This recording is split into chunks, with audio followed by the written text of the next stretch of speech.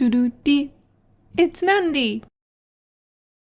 Hello friends, another patch is upon us and I'm going to bring you all the juiciest bits and talking points.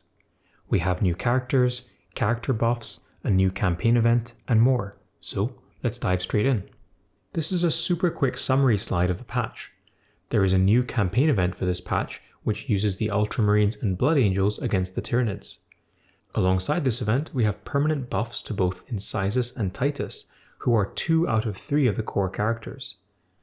We have a survival event where you use Judh against the Adeptus Mechanicus and Astra Militarum.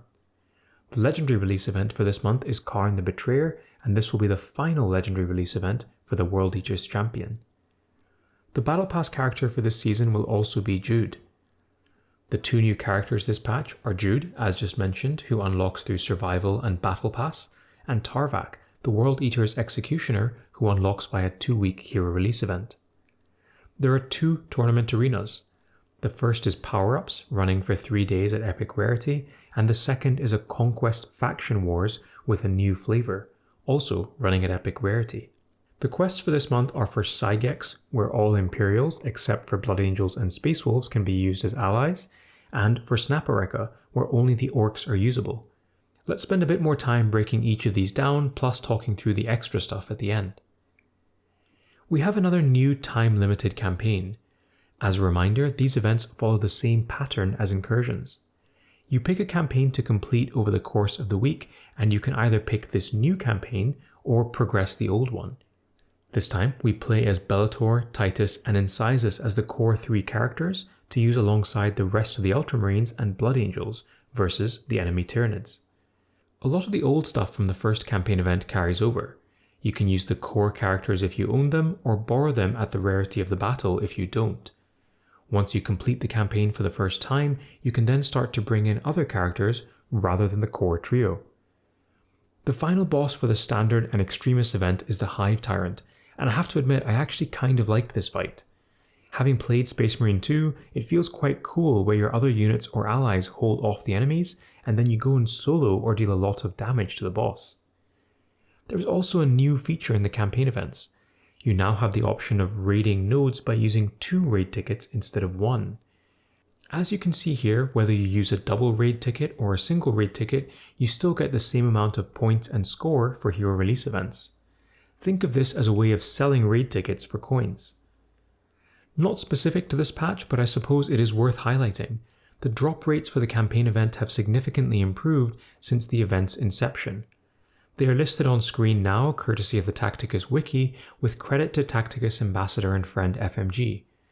This shows that the Extremis campaign nodes essentially mirror the best drop rates in the game at the moment. Before we move on, I'll just quickly highlight that the rewards chest for this campaign event alternate between Deathleaper shards and Parasite of Mortrex shards, as shown on screen.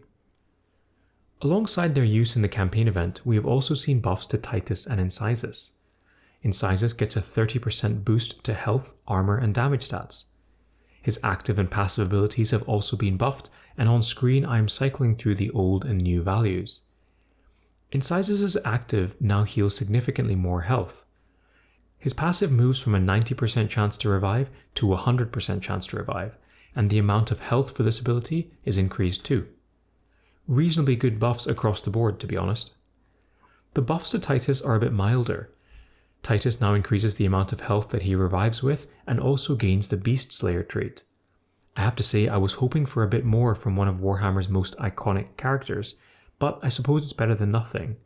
It's worth noting that Titus now synergizes even better with Incisus. Titus's passive makes it so that he cannot be overkilled.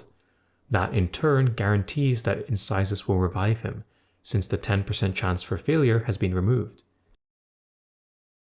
We get a survival event for Judh this live op cycle. Judh plays along the Xenos for the survival event, and we fight against the Astra Militarum and Adeptus Mechanicus as enemies. I'll do a deeper dive into this as a standalone survival video, but we're familiar with this format by now. The new addition is the Resurrection power-up, which lets you resurrect a chosen character that has already been defeated. This can get you over 5 characters in play at the same time, but you will not get reinforcements until you go down to 4 or less characters. The 2 new characters this patch are Judh, the Genestealer cult Kellermorph, and Tarvak, the Master of Executions for the World Eaters. Both are the 5th characters for their respective factions to be complete. Both will be playable with their respective factions in Faction Tournament Arena, so if you want to play with the Genestealer cult or World Eaters, make sure you have farmed the upgrades to take them to the rarity that you want to play in. Tarvak releases via 2-week hero release event, and Judh is unlocked via Battle Pass, as well as through this month's Survival event. I have separate showcase videos for each of them if you're interested. There are 2 tournament arenas this patch. The first starts on April 2nd and is familiar as a more traditional Power-Ups TA. The second, which runs on April 15th, is a Faction Wars Conquest, also at epic rarity. This one has a new twist though. Each faction gets to even the playing field based on win-loss data, with summons as allies. In theory, the weaker the faction is, the stronger their summons are to compensate. Note that these units actually have the summon keyword, so they will attack alongside Tangira or be hit by Ulf when they get near. It looks and plays out in quite a fun way and feels more like tabletop 40k than anything else in the game so far. I'm cautiously optimistic about this. The mode feels fun, and as long as they can stay on top of balance with the summons, it should be a great way for people to play their favourite faction and still have a reasonable chance of winning. The main downside to this variant is that I expect tournament arena battles to last longer overall. Since there are more units in the battlefield, the battles are therefore more complex, both in time and thought. On this slide I have summarised the current factions in the game and the summons that they each get. Having played a little bit with this one, I have to say that there is probably still quite a bit of work to do in terms of getting the balance right, but it's fun to see a move in this direction, because clearly all of the factions are not equal at the moment.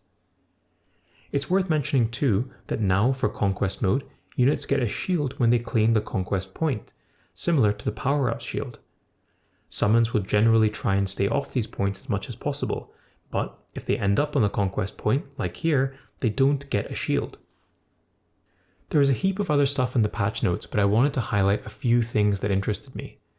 Mataneo's active has been nerfed. It now does not receive attacker bonuses in the form of things like High Ground, Rapid Assault, or Dante's passive.